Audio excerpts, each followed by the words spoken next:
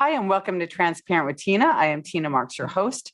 Today's guest is the winner of the So You Think You Can Dance Season 2 in Canada.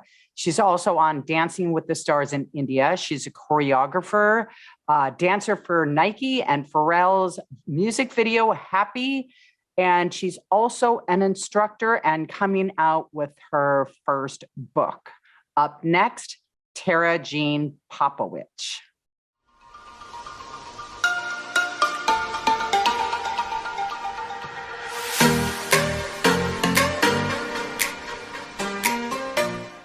Welcome, Tara Jean. Nice to see you today. Hello. Thank you so much for having me, Tina. Oh, fantastic. I'm really looking forward to this. Okay, so let's just introduce to the audience once again. You are the winner of the So You Think You Can Dance Season 2 Canada. You were in Dancing with the Stars in India. You're a choreographer, dancer for Nike and Pharrell's music video, Happy. And you're an instructor. So you've definitely been doing a lot of things. So why don't you tell us the backstory of how this all got started? Yeah, cool. I love that you did your research, Tina. So short story, I was born in Lethbridge, Alberta, Canada. I moved away at 15, I know, very young. And I don't know how my mom did it, but I went to a dance school there. She allowed you to do that, obviously, right? You weren't like a runaway. Yeah. Okay. Yeah, I was like, bye, family. No, I'm joining the circus. No, Right. of course, it was a very big decision. And because I come from a single mom, so it's just my brother, myself, and my mom. So yeah, I left at 15. I went to Calgary, which is 2 hours away, not too bad. And I danced there for a couple of years. Then I moved to Vancouver when I was 17, and I joined a Source Dance Company. Well, when you went at 15, did you go get your own apartment, or did you go to one of these things where there's all dancers and like a dormitory? I mean, I don't know. I don't know. I know. When I first went, I stayed with one of my mom's close family friends. So that was great. And then after like school and everything was getting hectic, I worked at Starbucks at 4 a.m. before school. Then when I finished school, I worked at Joy Tomatoes as a hostess at like the one at the front that signs people in. And then with that and dance in school, I was like, okay, I'm on my own 2 feet.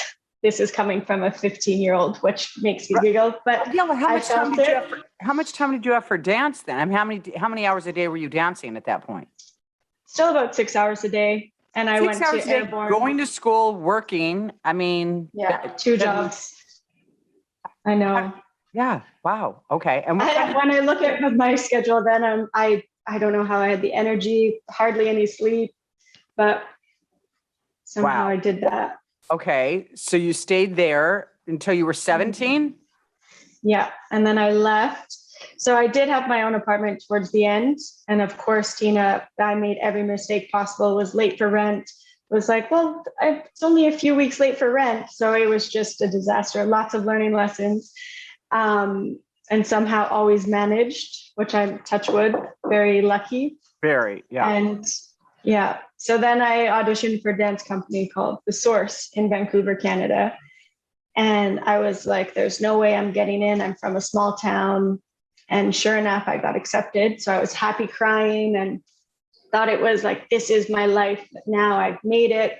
And it's a pre-professional company. So it's more of like a training program when you're with choreographers and stuff from North America. Now, when did you have the desire to dance? Since you were just like, since as young as you can remember, or what? Who was your influence? Yeah, since I was 3, my mom just put me in. And even in class, I remember getting in trouble in school because they're like, TJ, like Tara Jean, stop tapping your feet. And all I was thinking about was dance, constant dance. It was the only thing in my journals when I was a little kid. It's like, I love dance, and dance is the love of my life, all these things. So I've always kind of known. What did you start off with, like tap and ballet, or? Yes? Yeah, exactly. Tap, jazz, ballet. And so what kind of a dancer are you now? What category would that be? I do more contemporary style. So a funny story about that, Tina, and my upbringing, because we didn't have a lot of styles. It's a small town. And back then we had really no access to a big choreographers or different styles. So when I was 17 auditioning for this company, there was a hip hop portion. So I was like, hip hop, okay, well, I got this. And there was a freestyle part, and I started doing the worm where you land on your, and they still make fun of me to this day, which so they should. Doing the worm, this little kid in a hip hop audition. No, I've seen you. I've watched some of your videos, and I don't think you're old enough to remember this. But I mean, do you do a lot of choreography now? I do, yeah. I'm transitioning, and I want to just focus primarily on that. Do you know who Paula Abdul is? Of course, she gave me my best life advice in the planet. I love Paula Abdul. Remind me of her. When I watch you dance, you remind me of Paula Abdul. So you've met her then, obviously. What was that's like the biggest compliment, because she's this bright, shining light. And what was her advice to you? She told me actually backstage, she said, I just want you to remember that dance is important, our career is important, but don't spend so much time focusing on that you forget about love. And I was like, oh, interesting. Yes. Yeah. So did you apply that? I'm trying. Gallivanting the world, it's hard to find someone that's like, yeah, you go do you. Yeah, right. So how often are you traveling? I mean, with COVID, it's been a different scenario, of course, but before it was constant. I would be on a flight every week, twice a week, 3 times a week. Going where? Competition or choreographers or videos, or what were you doing? Kind of everything different. I'll be working, did a video for Shania Twain in New York. So I was there 48 hours. Then I would fly to Africa, do a TV show there, which is like a comedy show, and then stay and work with the kids, and then travel to another country and stay there for a week or 2, and then go somewhere else. And then I did So You Think Ukraine, choreograph, and then I'll travel to another country. Or after India, when I got voted off, I'll go to Thailand for a month on my own just to chill. Did you have a manager that was helping you do this?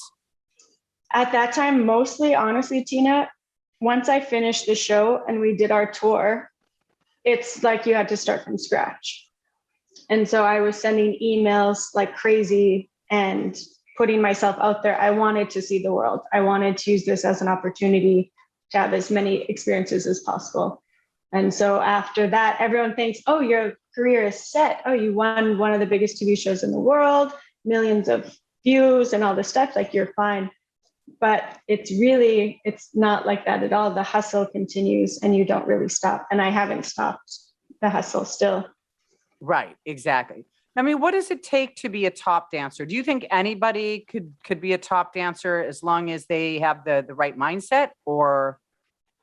Definitely. I would honestly say it's like 80% courage, guts, the willing to sacrifice, not seeing your family, relationships, love, living in places maybe you don't love.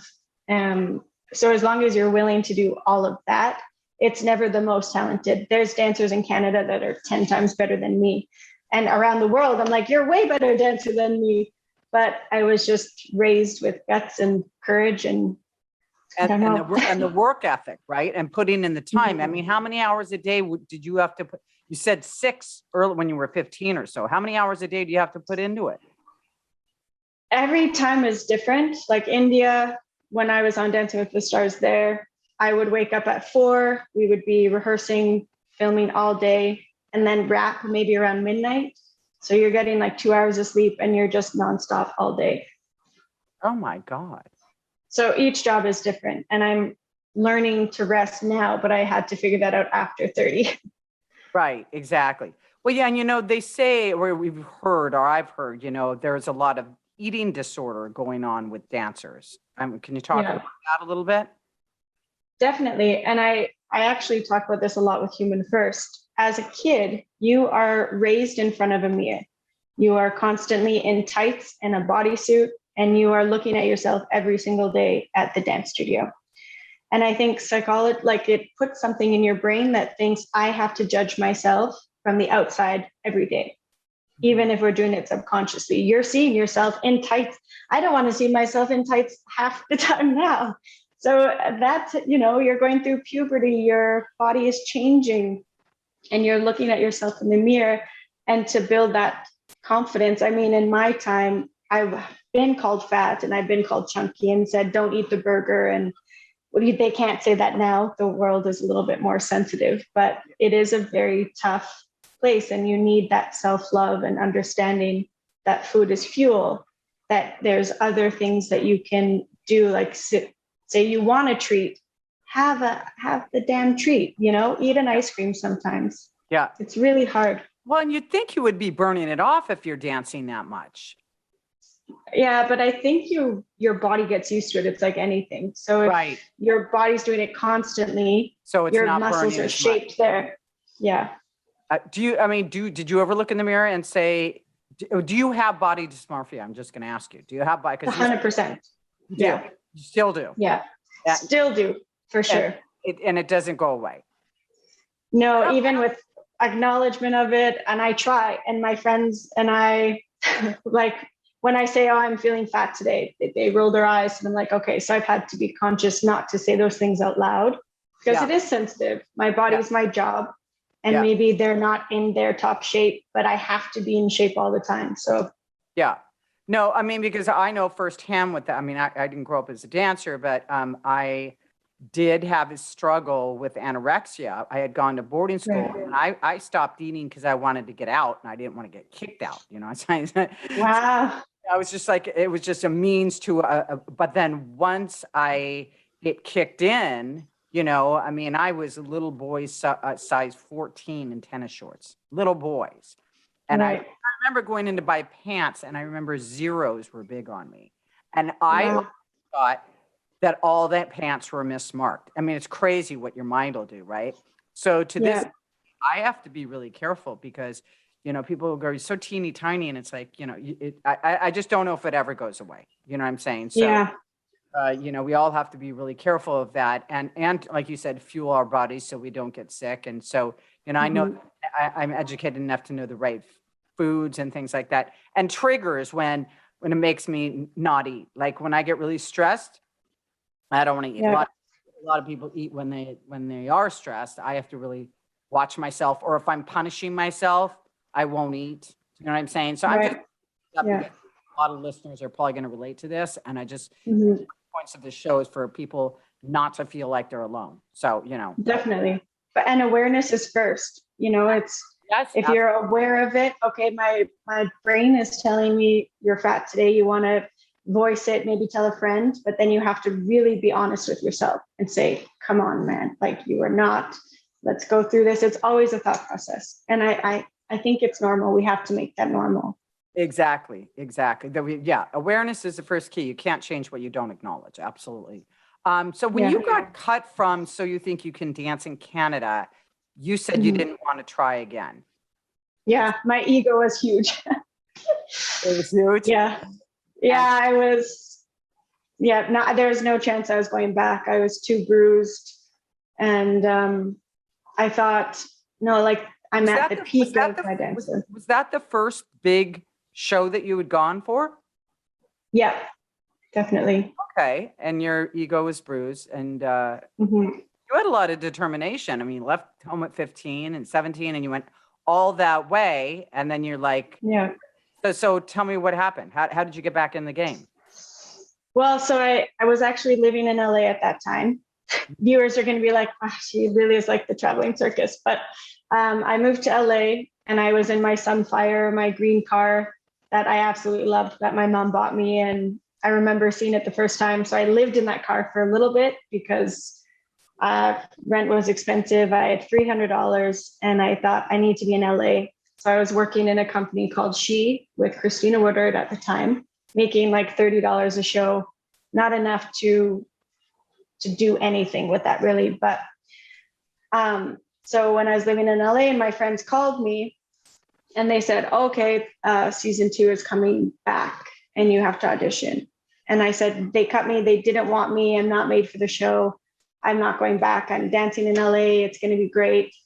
And so my friends in Vancouver all got together and booked me a plane ticket and they flew me to the audition.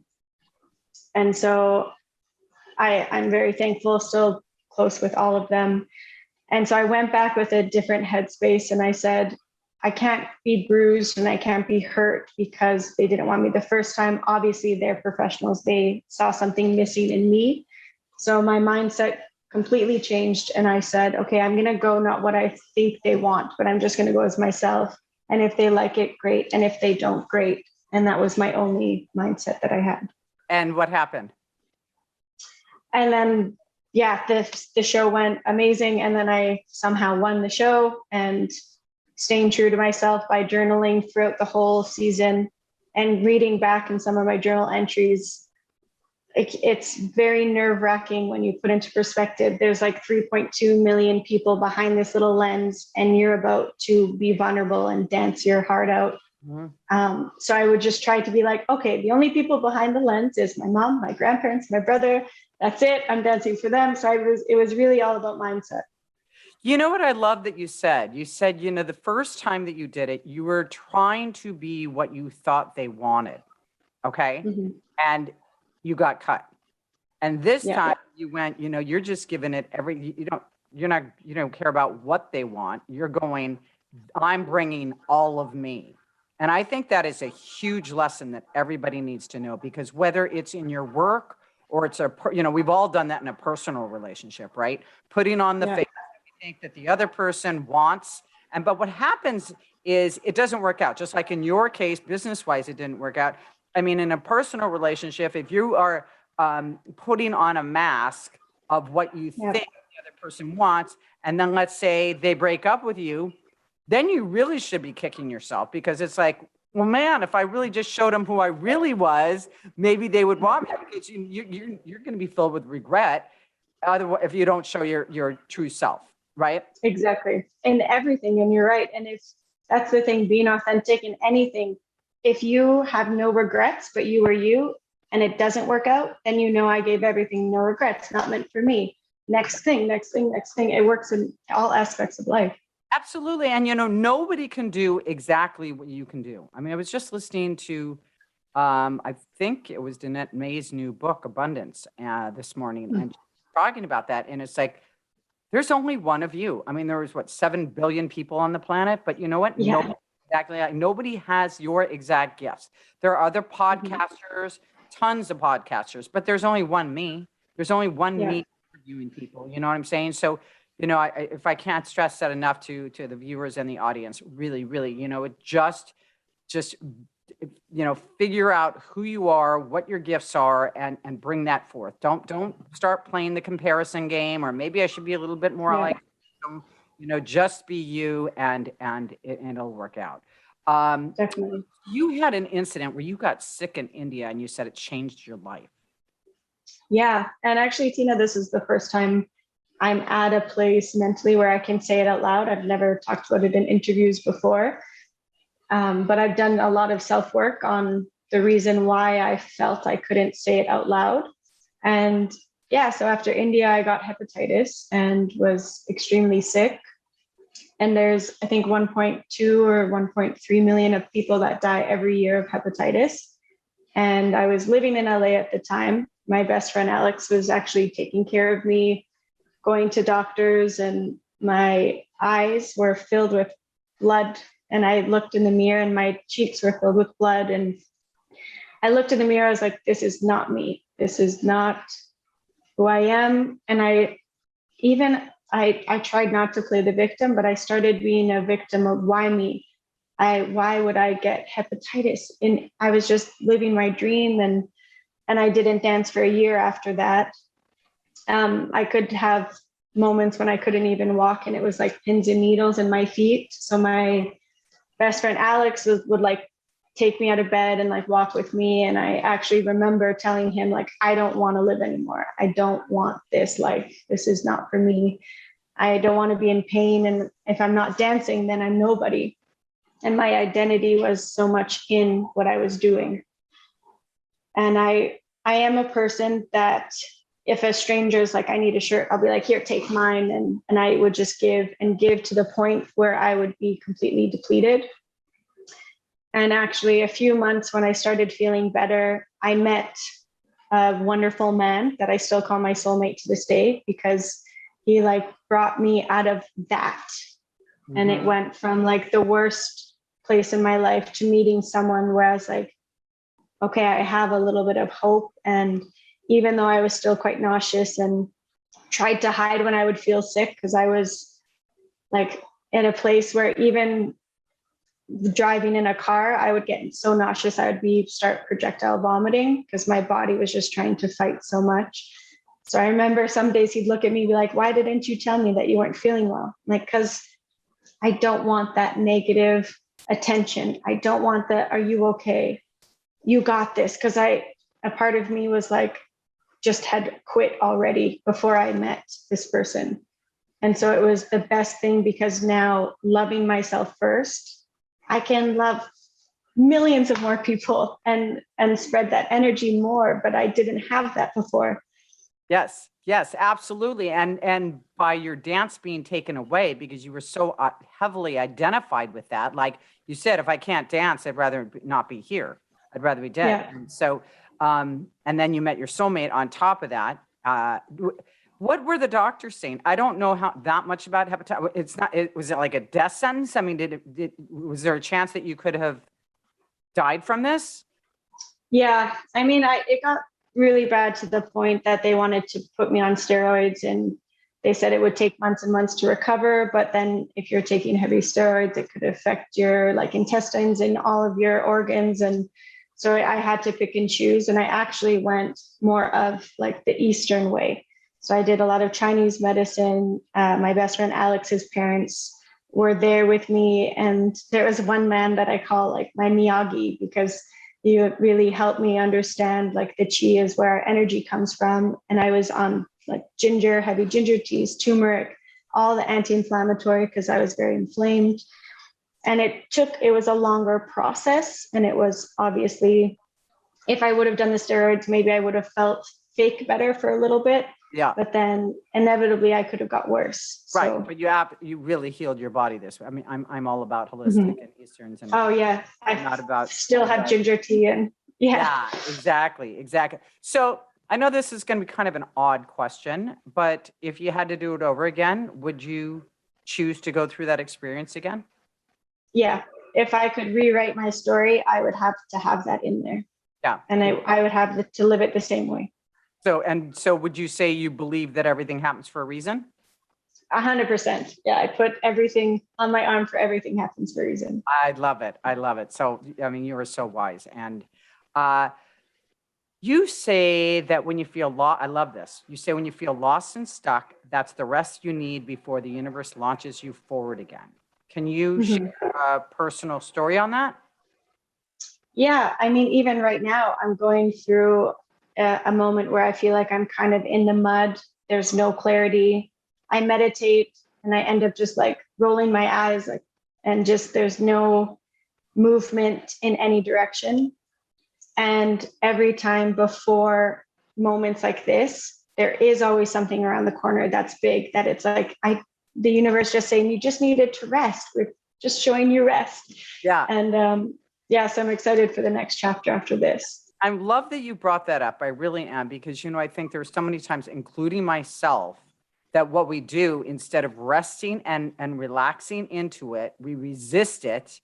We get panicky, we get, our head goes in a million different directions. And of course, that's not what's needed. What's needed is the rest, because you know what? I don't know about anybody else, but I know for me, I feel like I've got to go all the time. I mean, that was instilled in me since I was a kid. I mean, on a Saturday morning, my dad would come in and, rip open the blackout drapes and take our covers off and go, get out of bed. And it's, it's on Saturday, it's like, what a way to wake up. But, it's like alarm bells are always going off in my head. I have to be really conscious to go, no, you need to relax. I mean, for me, it's harder to relax than to work. It is. And because our life is filled with distractions and social media. I caught myself on TikTok for an hour yesterday. Right. And I'm like, what am I distracting? So then I put my phone down and I said, no more distractions. And then I realized within the years that the happier I am with no distractions and just calm and silence, then the happier and the bigger the next part of my chapter of my life go. So it's hard. It's a weird balance. Yeah, that's it. The key is balance. And you have a new book called Human First, Dancer Second. It's a worldwide convention. Tell me about this. Yeah, so actually the convention's been in the works for about 8 years because my life has done this, as of most. But as an artist, again, before I got hepatitis, if I was on this climb and I would book a job and be so happy, then the next day I would not book a job and I'd just crash, or Madonna would fire me. And I was like in the streets of New York, why and why? And who fired you? Madonna. You worked with Madonna? Yes, but I was fired. So it was my own fault, actually. Doesn't matter. You worked with Madonna. You kind of just slid that in. I'm like, you worked with who? Yeah, I know. I'm really bad at resume talk because I feel like there's so much more to show as a person. But what can you share with us what it was like to work with her? Honestly, the only glimpses I have is her sitting on her chair with her arms like this and her kids running around, and she just looked up at me and she was like, okay, you can leave. And I was like, okay, cool. Then I'm on the phone with my mom, like, Mom, oh my God. Wow. So those lows that have really hit me so deep that I want the next generation to maybe, I think the lows are very important. I think they're more important than the highs, but I would like a little less roller coaster for the next generation. So finding identity with you so that if you do get fired from Madonna, you're like, you know what? It's okay. You still have you, right? Yeah, you're still yourself. That's not like, what am I going to do with my life? The world has crumbled. Right. The world is over. So before you tell us about the book, I'm just going to interject this. Do you have a morning routine? Like how you put yourself together so you don't crash if you have a disappointment? Yeah, it's actually so funny. My very specifics are I put lemon and chia seed water. Like that's my favorite thing. And it looks really fun. Lemon and chia seed? Chia seeds. Yeah. So it's like your own little lava lamp. Uh-huh. And I have a full glass of that first. I just feel like it sets my body. It's like, get ready for the day because we don't know what we're going to eat. And I just want my digestive system to be prepped and ready. And then I'll have my coffee just black. And I always do 30 minutes of movement, even when I'm my hair is like this and I'm a disaster. And I'm like, okay. And I'll do something, like just something.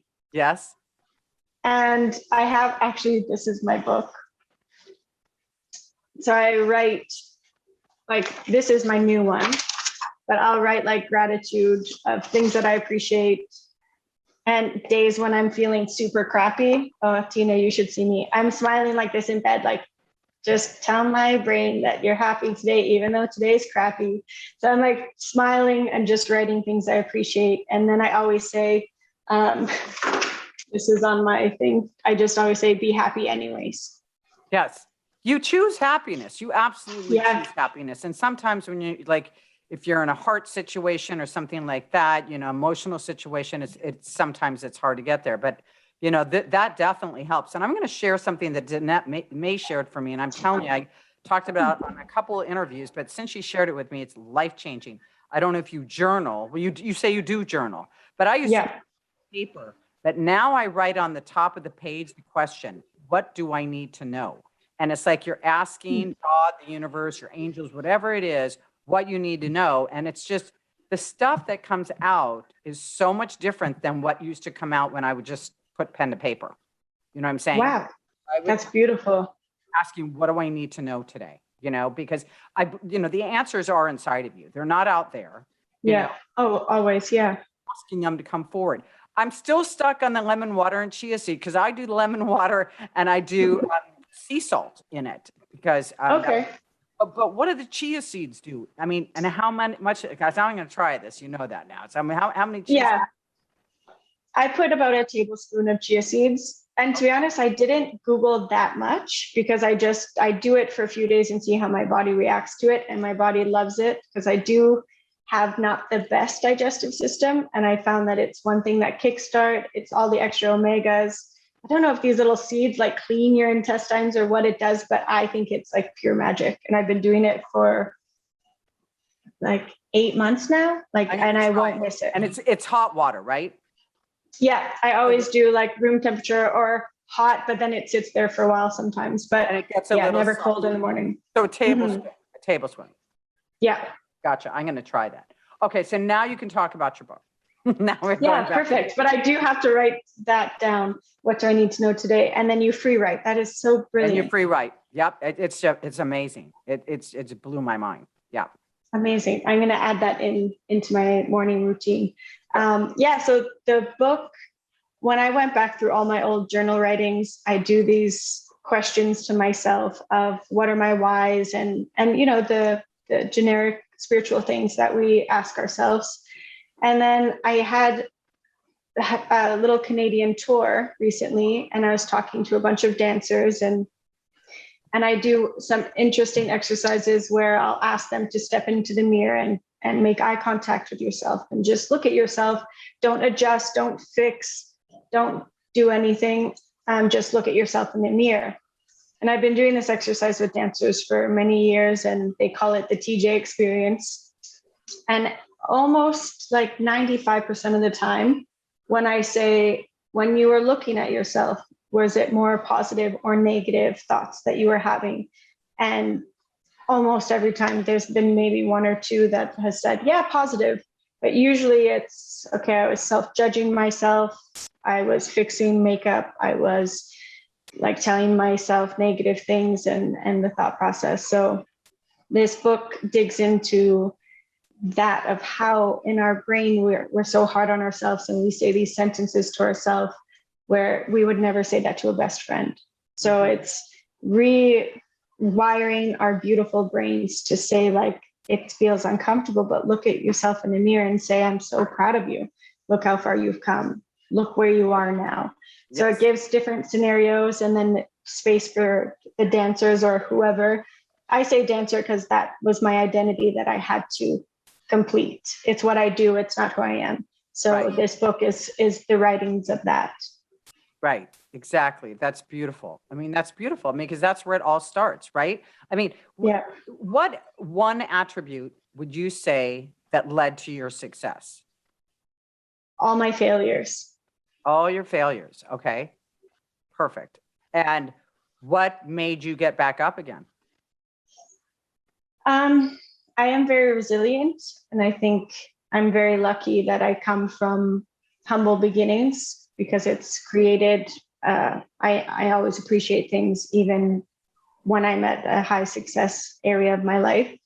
But I think it's just, I refuse to give up. And I think there's so much more to life than even if it's a small goal. Like the other day, all I did was pick things from the garden.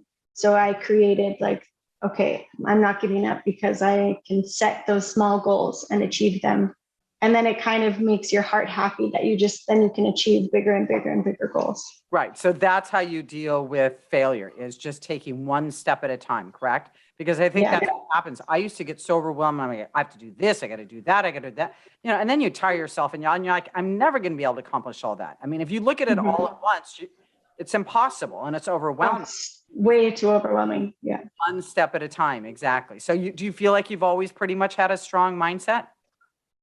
I have been very lucky. And I think growing up, my brother and I were close, and watching him, he was a hockey player, and watching him be super strong and super powerful, I always had him to look up to. So I think that definitely helped.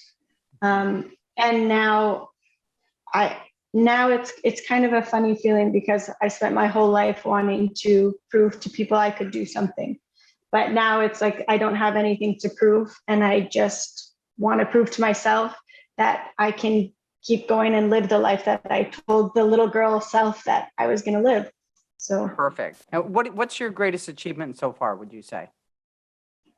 My greatest achievement, I think, this is funny, but I think still seeing the world as a beautiful place.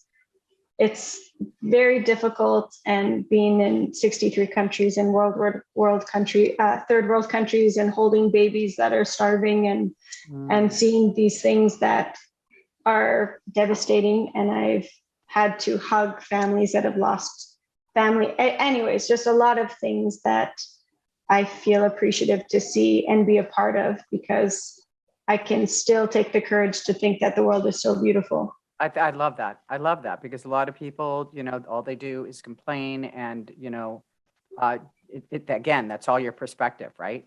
It's all your perspective. For sure. What's next for you? What's next is I really hope that human first answers second, once the world is in a safe place. I have 9 countries confirmed, so I want to take that convention. My brother's actually the director of it, so he does all of the actual planning and logistics, because I am rainbows and butterflies in my head sometimes. I'm like, everyone comes for free, human first for everybody. And he's like, and we're broke. So sis, you got to figure it out. So I really want to take that worldwide and just be around as many people as possible. Speaking engagements on it. Is that what you're saying? Yeah, so the faculty is actually 12 members as of now. I always think more heads are better than 1, 2, 5. I just want as many people that their mission and their goal is to help people. So we have Olympic athletes that come and speak, sports exercise science, nutritionists. My best friend Keiko does the neuroscience, even accounting, of how to work your finances. One of my best friends, Amanda, yoga, meditation, journaling. It's just a group of people that I love and I trust. And it's everything that I wish I had in my journey of trying to make it in something that was so it's a seminar like workshop. So it's going to be planning in person, but depending on, I guess, COVID, it could be virtual too, right? Yeah, definitely. And when's your first one? We're not sure. Everything keeps getting changed, and now regulations. I'm currently in Canada at the moment, and now regulations are back to not so good. So yeah, you can't leave. No, now I can't get back to New York at the moment. So no. I just talked to a friend of mine from Canada. Okay. So where do they find your book?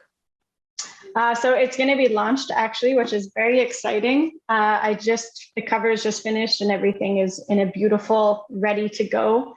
And I did the exercises in the book myself last week, and I know it's kind of weird to say that. I feel like it wasn't me that created them. It was like you were channeled. Something came to me. Yeah. So that will be end of October. End of October. And where do they find it? Yeah. It's going to be Amazon. It'll be on my Human First website, which is just human1dancer2.com. And then at Tara Jean Popowich, all over social media. It's going to be ordered through different platforms. So Perfect. Okay. Yeah. And worldwide shipping, which is great. And what? Worldwide shipping. Oh, fantastic. That's fantastic. Yeah. I can't wait to read it. Is it going to be out on Audible too? Tara Jean? Yes. Yeah. Okay. We're going to do Audible. Okay. So that's the only way I listen to things too. And you said, let me write that down. October when? We don't have the exact date yet, but we're just you're going to have October. You'll just text me. Okay. You let me know. Perfect. I'll text you for sure. Lastly, do you have 3 takeaways for our audience and listeners?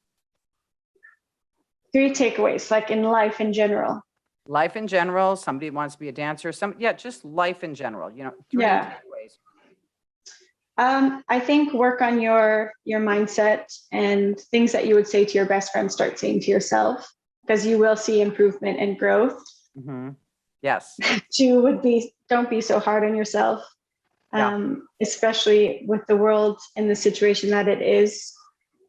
And 3, I think also be easier on others. I see a lot of arguments happening even at grocery stores, but you don't know, maybe they just had someone pass away. And so we don't know each other's stories, and we don't know what bad happened to someone else. So when in doubt, be kind and give extra love. Maybe they needed it, even if they're still not the nicest back. But absolutely. And I've always said that hurt people hurt people. So when you're hurt, you hurt, including myself. I've been there too. You know what I mean? Yeah, for sure. I'm feeling hurt. So such a pleasure having you on, and you've brought so much wisdom and information, and I love your stories, and I love where you're going. I can't wait to listen to your book. Again, give them your website one more time. Yeah, so I have tara-jean.com. It'll be on there. That's easy. human, the number one, dancer, the number two.com. And then, yeah, at Tara Jean Popowich, it'll be everywhere. All right. Well, thank you so much for being on. I wish you all the best. Thank you, everybody, for listening to another episode. If you haven't subscribed to my YouTube channel, please do. It's Tina Marx TV. And of course, please download my podcast and leave a review. That would really help me as well. So anyways, we will see you all next week. And thanks for joining in.